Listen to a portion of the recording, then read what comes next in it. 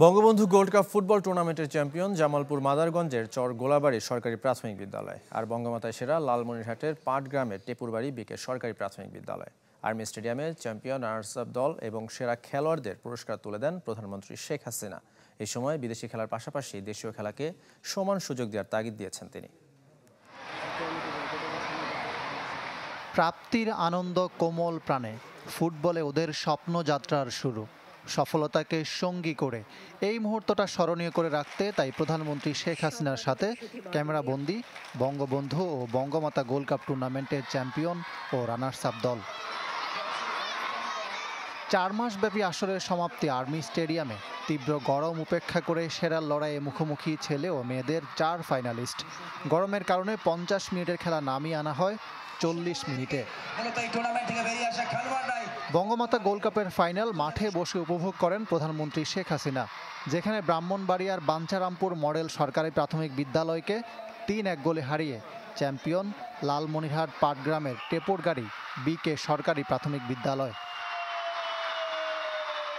একই মাঠে সকালে বঙ্গবন্ধু গোল্ড কাপের ফাইনালে রংপুরের মিঠাপুকুর তালিমগঞ্জ সরকারি প্রাথমিক বিদ্যালয়কে 2-1 গোলে হারিয়ে চ্যাম্পিয়ন জামালপুর মাদারগঞ্জের চরগোলাবাড়ি সরকারি প্রাথমিক বিদ্যালয়। চ্যাম্পিয়ন রানার্স আপ ও সেরা ফুটবলারদের হাতে পুরস্কার তুলে দেন প্রধানমন্ত্রী। অনুষ্ঠানে শারীরিক ও মানসিক বিকাশে খেলাধুলার গুরুত্ব তুলে ধরেন প্রধানমন্ত্রী। লেখাপড়ার পাশাপাশি খেলাধুলা, শরীর চর্চা, সাংস্কৃতিক চর্চার মধ্য দিয়ে নিজেদেরকে উপযুক্ত নাগরিক হিসেবে গড়ে তুলবে, সেটাই আমি চাই।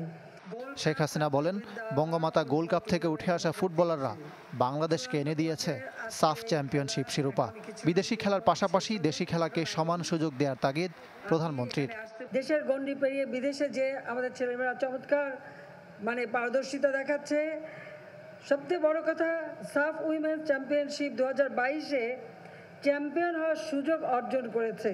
আমাদের দেশীয় খেলাগুলিকেও সমানভাবে সুযোগ দিতে হবে, কারণ দেশীয় খেলাগুলির মধ্য দিয়েই আমাদের ছেলে মেয়েদের আরও মেধা বিকাশের সুযোগ হবে। টুর্নামেন্টে এবার অংশ নেয় 65,354 স্কুলের 22 লাখেরও বেশি শিক্ষার্থী। ইকরাম হোসাইন, চ্যানেল 24, ঢাকা।